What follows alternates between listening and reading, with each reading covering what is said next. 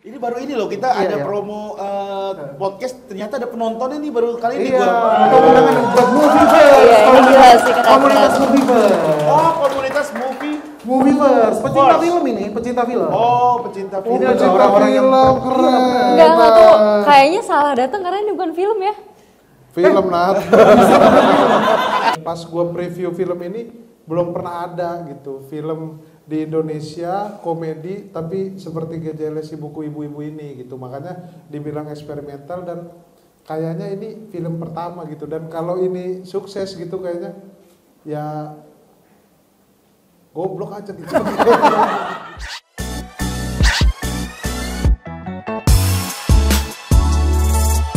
Halo, selamat malam semuanya KL Lovers dan juga Movieverse. Selamat datang di Kapan Lagi Show. Ini aduh penontonnya ini ya apa ya, excited sekali ya. Maksudnya cuma dibilang mesti ada Movieverse langsung tepuk tangan gitu kan. Wah, gila banget, sangat. Udah makan ya, Pak? Sudah ya? Oh iya, dikasih ya, ternyata gratisan. Oke, terima kasih banget udah meluangkan waktu ya teman-teman komunitas Movieverse untuk datang di kantornya Kapan Lagi Universe untuk menyimak ya media visit dari film yang namanya GJLS Ibuku Ibu-Ibu namanya.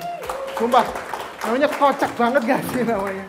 Kalian tuh harus menyiapkan mental kalian karena ini filmnya akan sangat absurd ya.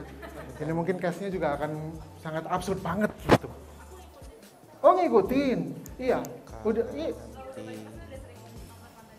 Aja, ini tapi mbaknya nggak pakai mic jadi nggak kedengeran ya suaranya ya, aman ya. Iya, ini langsung kita panggil aja nggak sih cast-castnya? Sangat nggak sabar ya. Kok kayak terlalu berlebihan gitu ya? Terlalu excited sih kalau saya lihat. Nah kita sambut aja, ini adalah cast dari film GJLS Ibuku Ibu-Ibu. Please welcome Regan Rakelna, Ananta Rizko dan juga Kak Nadia Arina.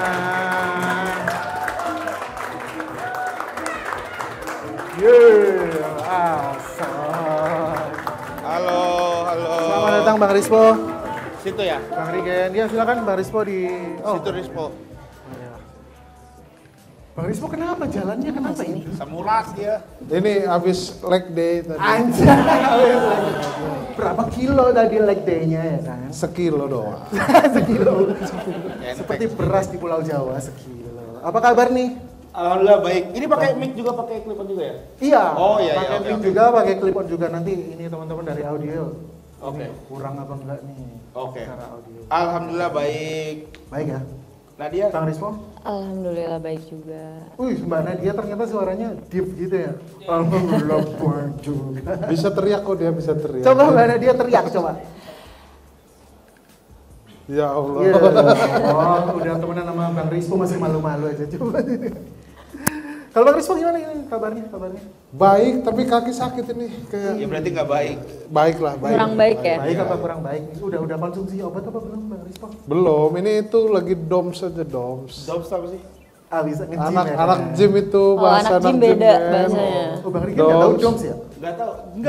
Daerah otot merasa sakit. DOMS. Daerah otot. Ya bener ya, itu kan Singkatan itu.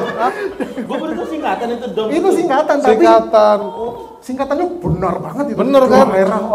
Daerah otot. Otot merasa sakit. Nih kan anak olahraga nih Nadia. Iya, Nadia kan Itu- suka padel. Itu sebenarnya singkatan udah disiapin dari tadi.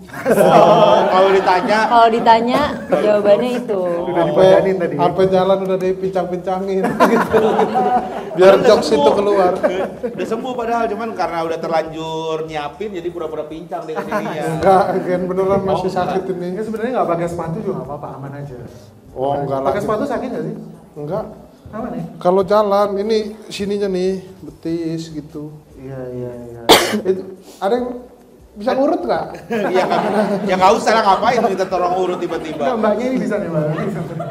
Mengurutkan angka tadi kan orang administrasi anjir. Ini baru ini loh, kita Iya, ada iya. promo podcast, ternyata ada penontonnya nih baru kali ini. Iya, Gua- undangan buat Movieverse. Iya, ini jelas sih kata Komunitas Movieverse. Oh, komunitas Movieverse. Movieverse, pecinta Verse. film ini, pecinta film. Oh, pecinta film. Ini ada orang-orang yang keren. Enggak tuh. Kayaknya salah datang karena ini bukan film ya. Film Nat. Karena ini karya seni jatuhnya. Oh, Ini karya seni, kompilasi. art ya. Iya, jadi ini art. Udah kayak Avandi ya. Jadi semua jenis seni ada di sini gitu. Oh iya, lukisan? Lukisan ada. Jadi artnya ntar Tapi- jadi pajangan. Ini kan pecinta film, sering nonton film. Iya, Kalau iya. nonton ini kayak, kok film gini gitu. Enggak lah ya, enggak lah. Mereka ini adalah percaya, orang-orang yang percaya bisa lebih ramai daripada Titanic sih sebenarnya, GJLS itu ini. Oh iya dong. Iya. Amin dulu aja. Amin. Amin. Enggak tenggelam kan kayak Titanic. Amin, jangan sampai iya Tenggelam makanya. dalam kesuksesan. Asal. Oh, Nadia. Kata-kata hari ini. Kata-kata Karena hari suaranya ini. deep banget. Kita masuk ke segmen pertama, kapan lagi talks teman-teman. Tepuk tangan dulu dong. Yeay. Kapan lagi talks? Kita tanya-tanya nih. Idenya ini datang dari siapa nih? GJLS ibu-ibu. Ide apanya nih? Ide Ide filmnya, filmnya. ide bikin film, ide filmnya, atau ide judulnya tuh beda-beda tuh. Nah, beda. Jadi Iya. Mereka banyak sangat orang, excited nggak banyak sih? yang terlibat. Karena banyak ide. Karena kalau misalkan ditanya ide awal bikin filmnya, itu justru datang tawaran dari PH gitu. Tapi memang kita sudah pengen banget bikin film. Tapi ide ajakan tuh datang dari PH gitu. Itu namanya Mas Indra Yudhistira. Nah kalau saya ceritain ini panjang. Jadi kita langsung ke ide filmnya. Nah, Boleh. Oke. Boleh. ide filmnya itu dari kita bertiga gitu. Terinspirasi dari ceritanya Hibzi gitu. Tapi kalau diceritain ini akan panjang. Jadi Panjang kita lagi. langsung ke ide judul. Nah, judul itu dari Pak Monty Tiwa. Nah ini Ibuku ibu-ibu. nggak ada ngejawab apa-apa nih mas. Nggak kejawab apa-apa. Ya tapi kalau film tuh awalnya emang dari tawaran. Karena kan harus kita akui juga. Kita tuh emang dari dulu 2021 tuh pengen banget bikin film gitu. 2020 tuh kita pengen banget bikin film. Iya. Sampai kita bikin Kuyuk dulu. Film pendek. Kuyup film pendek. Iya, film luar pendek. biasa itu. Iya, dari situ, abis itu kita pengen lah bikin film. Nah film Kuyup itu banyak ditonton sama orang-orang sinias-sinias juga lah gitu. Salah satunya Pak Monty Tiwa gitu. Oh beneran Iya nih? benar, karena Cinecrip itu dia ngasih rating di YouTube-nya tiba-tiba 10/10. Itu kita nggak tahu apa-apaan gitu. Kayaknya sih itu satir ya, kayak itu kayaknya ya gitu. Tapi karena kita Tapi ya kan, walaupun dia satir kita percaya beneran 10 ya itu benar 10 Iya, gitu. iya, Kita percaya lah gitu. Absolut itu 10 tuh. Absolut Absolute cinema. cinema. Yes. Gitu. Jadi abis itu Pak Monty nonton juga. Nah Pak Monty itu dari tahun 2020-2021 tuh kalau nggak salah dia udah ngajakin kita buat bikin karya bareng. Ayo kita harus bikin sesuatu bareng gitu. Akhirnya di 2024 begitu kesuksesan Aga Lain itu yang menular ke podcaster lain. Salah satunya podcast GJLS. Gitu. Ada beberapa PH yang hubungin tapi akhirnya kita bertemu sama Mas Indra Yudhistira saat itu. Kebetulan Mas Indra itu adalah orang yang bikin Suci. Oh iya benar. Orang bikin stand up, orang bikin Suci, terus di Indosiar juga Suca, beliau juga yang bikin. Jadi kita mengutamakan untuk ketemu beliau dulu saat itu, karena ya emang kita kenal lah gitu. Ketemu sama beliau terus ngobrol-ngobrol, Mas Indra nanya, kalau misalkan film ini jadi digarap, kalian mau direkturnya siapa? Kita bilang Pak Monty Tiwa, karena Pak Monty Tiwa udah kenal kita. Dan di saat itu juga Mas Indra ngomong loh, Pak Monty akan datang sekarang. Hah, Pak Monty datang? Iya, karena PH ini punya saya Pak Monty. Gitu, jadi benar-benar ini istilahnya bagai gayung di atas daun talas gitu. Jadi ini Beda. Salah, Gayung salah. bersambut. Bagaikan.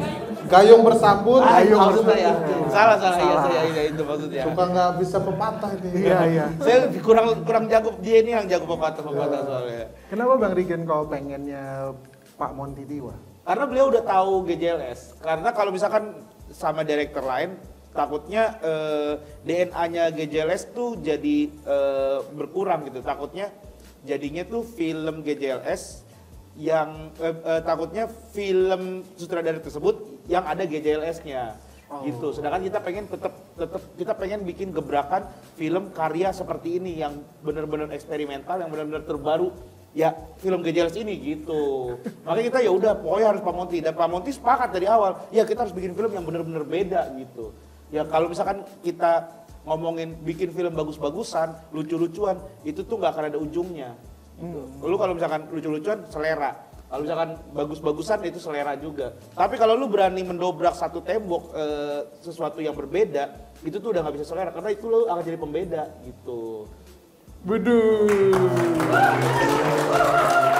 Bang Rizko, se-eksperimental apa sih film GJLS ibu-ibu? Eksperimental, kenapa dibilang eksperimental? Karena gua sendiri kan sering nonton film ya, film-film Indonesia terutama. Film apa tuh? Ya banyak lah film-film Indonesia yang gua tonton, dan pas gua preview film ini belum pernah ada gitu film di Indonesia komedi tapi seperti GJLS buku ibu-ibu ini gitu. Makanya dibilang eksperimental dan kayaknya ini film pertama gitu, dan kalau ini sukses gitu kayaknya ya goblok aja gitu. Kayak beneran ini Kok sukses kayak, gitu? Iya, kok sukses gitu, tapi ya namanya mencoba ya kan Mas, mencoba sesuatu hal yang baru gitu, ingin menambah kaya film-film di Indonesia gitu, makanya kita bikin film kayak GJLS buku ibu-ibu ini gitu. Berarti emang disupport ya untuk bikin film yang berbeda meskipun apa namanya mendobrak tadi itu nggak sesuai dengan film-film Indonesia pada umumnya. Disupport dari PH, support dari sutradara udah oke gitu. Tapi uniknya kita pernah melakukan FGD gitu. Kita coba tes film ini ke berapa ratus orang yang emang nggak kenal GJLS. Iya. FGD di kantor-kantor gitu. Terus apa yang udah kita siapin, titik-titik tawa yang udah kita siapin, ternyata mereka pada ketawa gitu, dan ternyata emang ini film dinikmatin oleh orang yang tahu GJLS akan sangat terhibur banget, yang nggak tahu pun tetap terhibur gitu, karena masih fungsinya Monty Tiwa di situ, ngejagain batas di mana ini masih film bioskop nih gitu. Kalau lewat jadi film reels. Iya, gitu. Kompilasi. Iya. Jadi yang pegang kontrolnya tetap GJLS ya. Enggak, kontrol dari tetap Monty Tiwa gitu. Jadi kita makanya lebih dikencengin itu adalah saat brainstorming ide, saat kita penulisan skrip, kita reading, jadi dikuatin dulu pondasinya. Jadi ketika syuting tuh begitu misalnya ada ide-ide liar dari Rispo, ide liar dari Pak Monty itu kita sepakat ini dipakai apa enggak gitu, ini terlalu liar apa enggak gitu. Jadi enggak dari GJLS doang tapi tetap dari Pak Monty. Ketika di lokasi syuting itu kita udah angkat tangan semuanya, kita selain ke Pak Monty Tiwa gitu. Baik. Karena dia nih, kalau menurut Kak Nadia minta tolong diceritain dong premis atau sinopsis film GJLS ibuku ibu-ibu ini seperti apa dari asumsinya Kak Nadia nih. Kan mereka kreatornya nih, kalau dari kokesnya itu gimana? Sebenarnya kalau misalnya balik ke premis, ini ceritanya tentang cerita keluarga sih. Cerita keluarga di mana ada bapak punya 3 anak yang cukup absurd yang divisualkan oleh mereka semua. Dan ada konflik lah di dalamnya tentang menerima sosok baru sebagai pengganti ibunya gitu. Sebenarnya itu sih, maksudnya itu awal mula dari konflik-konflik yang ada di filmnya gitu. Cuman akhirnya dikemas sama tim, sama Pak Monty juga menjadi sesuai sama DNA-nya GJLS gitu. Jujur itu terdengar normal ya kalau diceritain gitu ya? Oh, normal. Sebenarnya normal. Tapi kita sangat meyakini Bang, sekomedi-komedinya film komedi yang membuat orang stay nonton itu cerita, makanya dramanya harus dipikirin juga gitu, bukan asal-asal tahu-tahu aneh gitu. Ya kan kasihan orang nonton gitu. Tahu-tahu begitu masuk bioskop ada alien gitu, enggak yang kayak gitu juga. Enggak ya. Karena kita sadar sekali drama penting banget dalam sebuah film gitu, karena jantung dari sebuah film kan cerita gitu. Makanya kita utamain banget. Nah, inilah yang ngejagain kayak Nadia, ada Om Bucek gitu. Yang ngejagain cerita. Iya benar. Makanya sebenarnya ceritanya nih kalau di secara sinopsis, secara pengkarakteran, secara background ceritanya itu tuh justru benar-benar sangat-sangat grassroots banget, sangat-sangat kehidupan normal banget gitu. Kayak contohnya misalnya kita bertiga pekerjaannya tuh gua pawang hujan, Rispo, orang yang jaga warnet yang akhirnya terlibat pinjol dan judi online, Ibzi MC dangdut gitu. Jadi dan alasan kita mengapa pekerjaannya seperti itu juga karena bapak kita. Karena bapak kita itu juragan kosan yang selama ini kosannya itu diurusin sama ibunya. Dan duit semua diatur sama ibunya. Pokoknya bokapnya itu cuma baca koran, minum kopi gitu ya. Kehidupan grassroots banget lah gitu kan. Nah, begitu ibunya meninggal, makanya semua itu jadi berantakan gitu. Nah, anak-anaknya tuh ngeliat bapaknya kan, kayaknya santai aja deh bokap gua, duitnya ada aja gitu. Ya udah kita hidup santai aja. Toh kita juga nanti paling diwarisin kosan gitu. Makanya kita kerja suka-suka hati kita. Makanya ini cerita sebenarnya deket banget sama masyarakat gitu. Tapi justru kita selipin dengan komedi-komedi yang aneh karena ini kita pengen memperkenalkan. Jadi GJLS itu seperti ini penonton. Mungkin nanti baru cerita kedua kita tiba-tiba bapaknya ternyata alien misalnya gitu ya. Oh makin aneh. Kalau makin aneh. Ya kalau ini kan perkenalan. Kalau orang udah tahu oh GJLS seperti ini. Oh komedi seperti ini. Komedi GJLS. Nah baru di film kedua baru kita enak tuh udah mau main liar-liar kayak gimana juga bisa gitu. Tapi ini kenapa dibilang aneh? Dalam satu film 15 menit sekali plot twist, Bang. Itu pertama kali itu ya dalam dunia perfilman. Nggak, bahkan nih baru mulai nih kalau kalian nonton nanti film begitu mulai 1 menit langsung plot twist. Nggak, itu benar. Ya kan? Itu benar. Itu benar. Jadi tiap bentar plot twist. Plot twist. Nah dia aja punya istilah apa? Istilah film kita ini film apa kan? Film kiri. Film kiri. Karena emang banyak scene-scene yang di luar kaidah dalam perfilman gitu kayak, hah? Emang begini ya gitu, jadi banyak yang ngagetin lah. Seru banget asli lah di film ini. Iya. Kita akan tunggu ya GJLS itu tunggu. Aku mungkin mau nanya satu persatu tentang pendalaman karakternya karena kan tadi katanya deket nih dengan kehidupan masing-masing. Itu pendalaman karakternya gimana? Apalagi mau jadi absurd ya kan? Dan ini seperti jadi diri sendiri. Nah ini apakah ada kewatakan apa seperti gimana dari Bang Rispo dulu karena dia terus ke Bang Rigen? Kalau pendalaman karakter itu agak lumayan susah. Oh susah. Ya karena kita biasa sehari-hari bercanda, tapi kita ada satu momen, ada scene yang benar-benar harus drama gitu, harus drama yang benar-benar emang tensinya tinggi gitu. Sementara kita beberapa hari udah bercanda terus, nah itu harus apa ya, kayak harus, gimana nih gitu. Jadi pernah satu momen lagi drama banget, Rigen sama Hibzi udah serius, sudah diem-dieman, pas action gua masuk ketawa. Terus akhirnya dia bener-bener marah beneran, goblok lupo gitu jadi bener-bener marah. Ya kayak gitu-gitu, jadi harus menyesuaikan karena hampir 80% lah bisa dibilang 80% itu komedi, cuman begitu masuk scene drama kita, kalau gua agak sulit aja gitu, harus apa ya, rahasia. Harus switch. Oh ini switchnya plot twist berarti ya, nggak bisa diceritain ya. Enggak, dia emang kagak nemu mau ngomong apa itu. Bukan plot twist, dia emang kayak, aduh udah habis sih kata-kata gue gitu. Ya boleh Kak Nadia, gimana? Karena ini sebelumnya pernah main film komedi nggak sih? Pernah. Kemarin terakhir ya itu ya. Iya.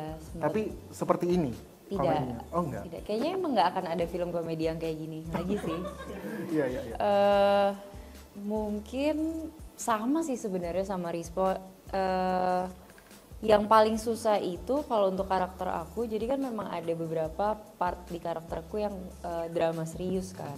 Sedangkan dari awal kita reading tuh emang udah ketawa-ketawa dengan skrip yang sebegininya, terus juga mereka juga off screen juga sangat menyenangkan sekali, terus Pak Monty juga sukanya kayak bercanda gitu, terus tiba-tiba ada satu dua scene yang serius dan gue harus nangis segala macam, itu tuh susah banget karena emang vibesnya dari awal emang kita nge-build-nya udah ini kita syuting film apa ini sih sebenarnya gitu, terus tiba-tiba oh ya gue lupa ternyata kita syuting film gitu, itu sih.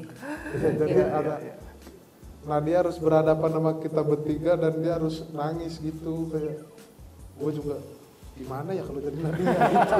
Jadi nangisnya serius karakter gue, terus mereka responnya tuh nggak ada yang serius.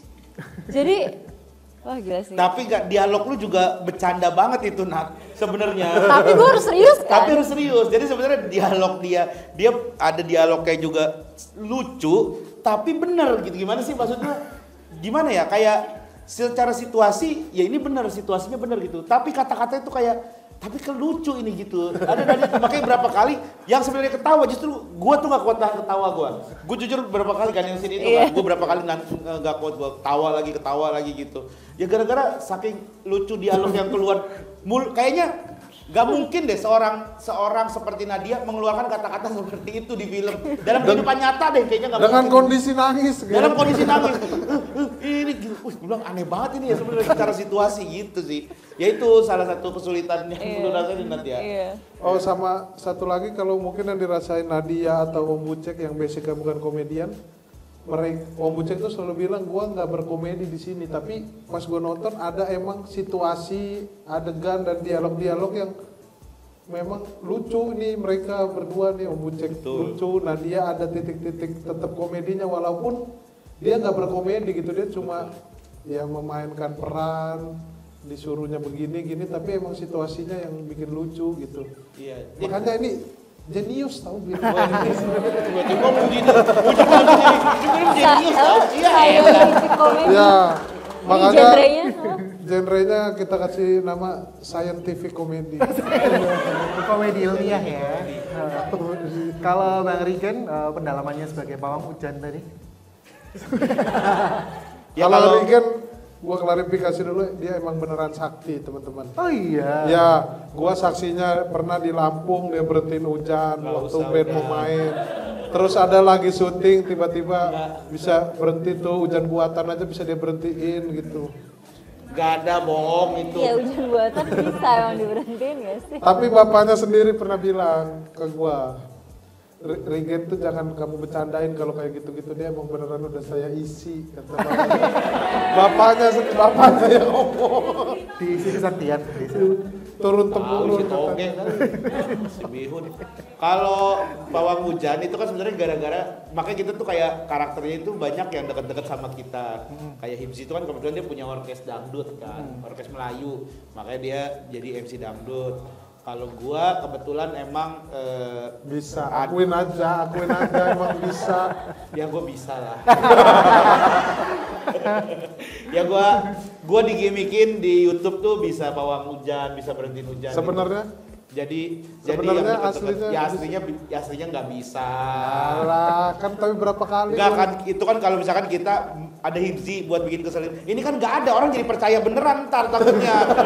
Iya. Bener ini tapi Nggak bisa gua pawang hujan. Jadi emang yang dekat-dekat itu sama kita karakternya. Terus kayak Rispo kan dia pinjol, ya itu kan juga deket lah sama dia kan. Oh iya. ngalamin tapi saudara bang. Oke. Oh iya. Risetnya langsung dari saudara gitu. Dari itu setelah syuting kejadian beneran. Emang bikin cerita suka kejadian nyata. Ya itu. Jadi kalau secara pendalaman karakter nggak ada sih, karena gue juga di film ini sebenarnya ritual-ritual jadi pawang hujannya nggak ada juga sebenarnya sih, paling cuman kayak muter-muter itu doang kalau yang lihat di trailer. Sebenarnya itu bukan karakter, kita semua gimmick doang kan itu. Gimmick doang, jadi sebenarnya kayak kita justru ketika kita selesai cut itu baru kita berakting gitu. Baru kita capek diem-dieman itu. Tapi ya kayak yang tadi dibilang sama Rispo, ya itu kita bertiga di sini memang udah temenan lah. Maksudnya udah sering ketemu, udah sering bercanda. Cuman kan dalam film itu kan kita harus merangkum dari beberapa banyak kejadian yang kita harus rangkum jadi berapa menit lah, hitungnya jadi 90 menit, jadi kita harus memainkan itu kan. Jadi secara acting itu ya kita harus ngikutin sesuai skrip gitu, nggak bisa kita bercanda terus, karena kalau aslinya kan kita bertiga emang hobinya bercanda kan gitu. Jadi ketika misalnya skripnya kayak harus sedih, skripnya kita harus berantem, ya kita harus ngikutin kayak gitu. Jadi tetap ada keseriusannya lah dalam film ini. Nah itu yang tadi Rispo bilang itu gue sumpah keselnya minta ampun gue sama Rispo. Yang gue lagi acting adegan marah sama Hibzi itu gue udah wah kita harus acting method. Biar lu kesel makin dapet kan. Enggak, tapi itu kan harusnya gak kesel sama lu gue.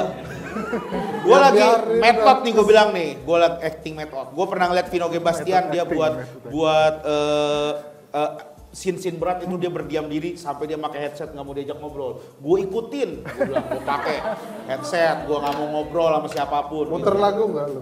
Gak tau gue pakai doang. Kan gue nggak denger soalnya Kalau Vino kayaknya muter lagu deh, gue bukan pakai doang, dipakai gue doang. ngeliatin secara look visual doang makanya. Gue ikutin, nama Hipsi gue bilang, Hip kita jangan bercanda lah hari ini lah. Udah tuh begitu adegan, oke, action, kita berantem kan, Rispo datang tiba-tiba. Dia datang terus misahin dan panas juga karena ngeliat abang-abangnya marah berantem kan. Dia misahin terus dia ngeliat ke gue gini. Kayak sih, bayangin, buyar semuanya langsung. Gara-gara dia anjing banget ini orang sumpah, udah kesel gue.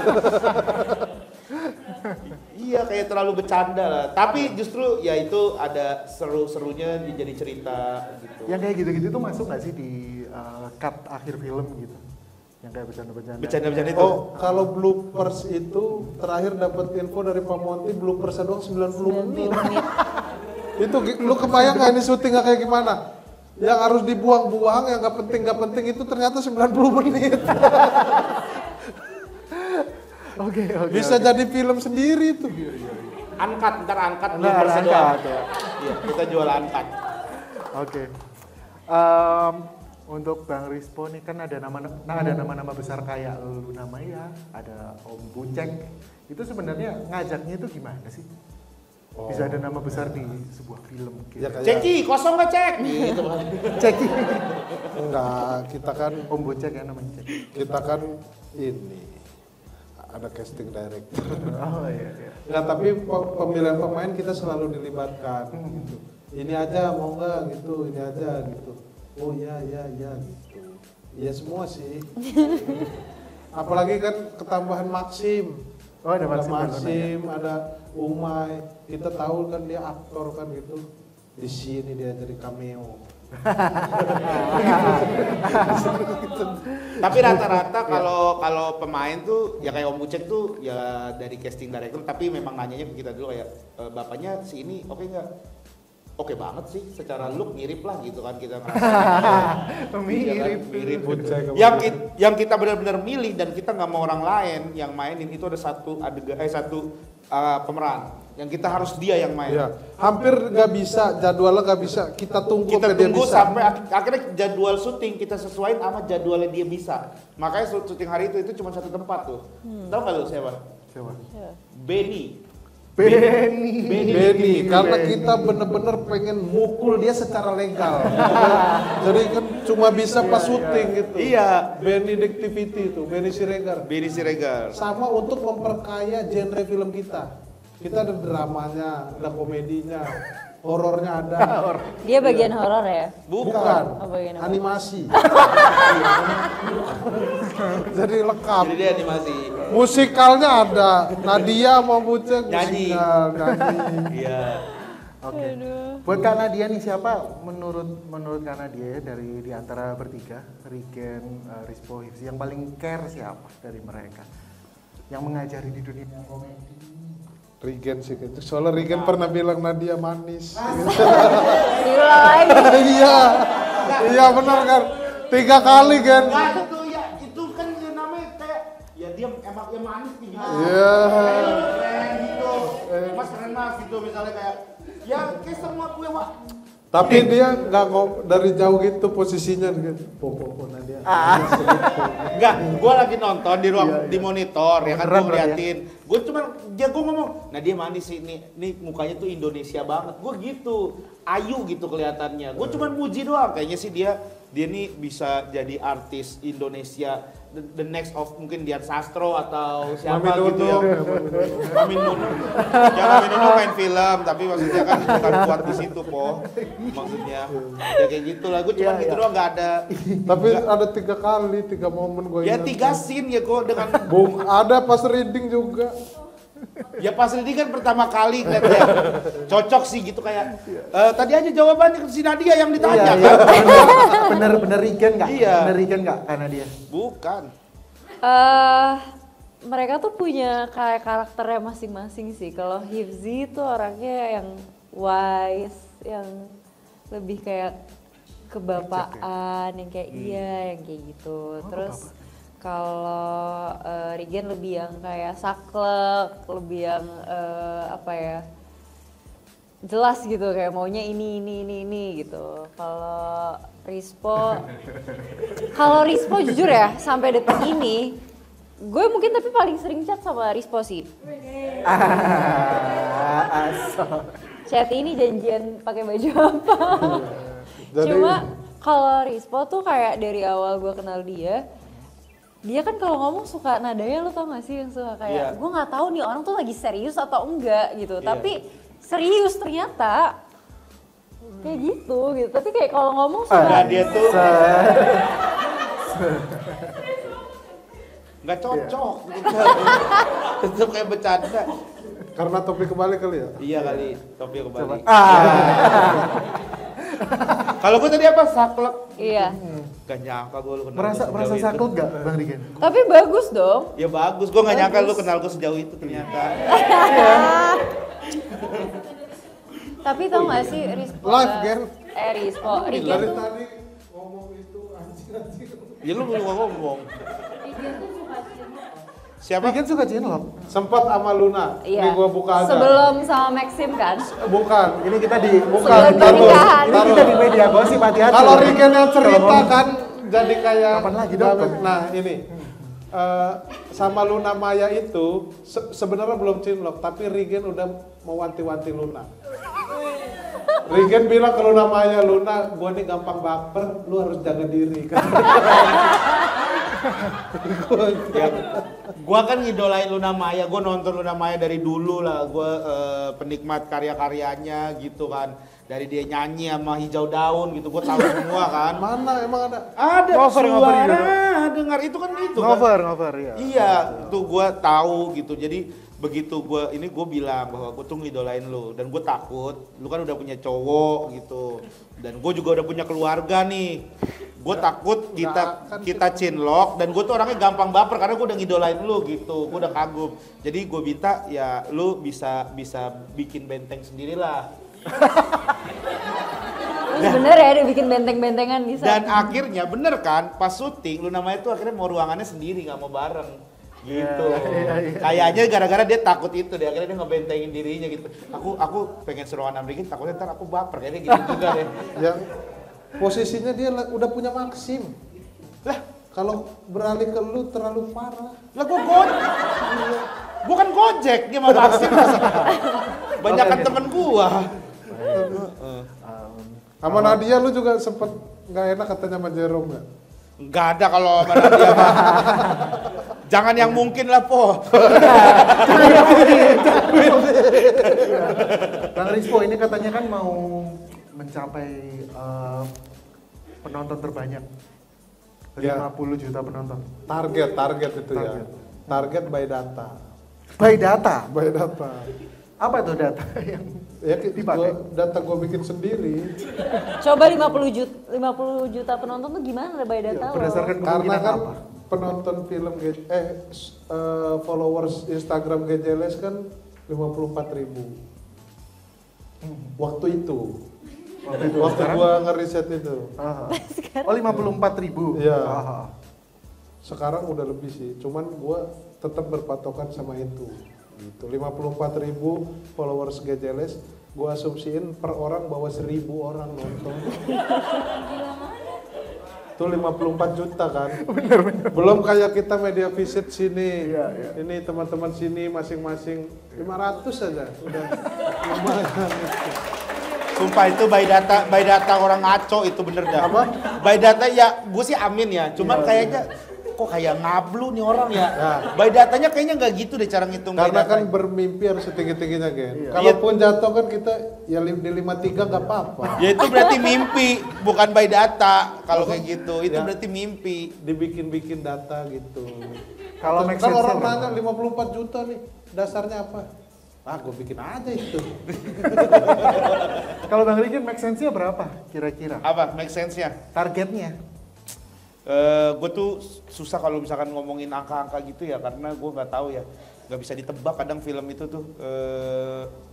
Tapi kalau gue sih selalu berharap ya di atas 5 juta lah gitu. Tapi kalaupun misalnya di bawah 5 juta, berapapun nanti penonton film ini, gue sih udah seneng sama kita bertiga sama GJLS, terutama kita sudah berhasil menyelesaikan film layar lebar yang udah jadi cita-cita kita udah ngebuatnya dengan hati dan tanpa ada rasa penyesalan apapun gitu. Kita ngikutin semuanya dari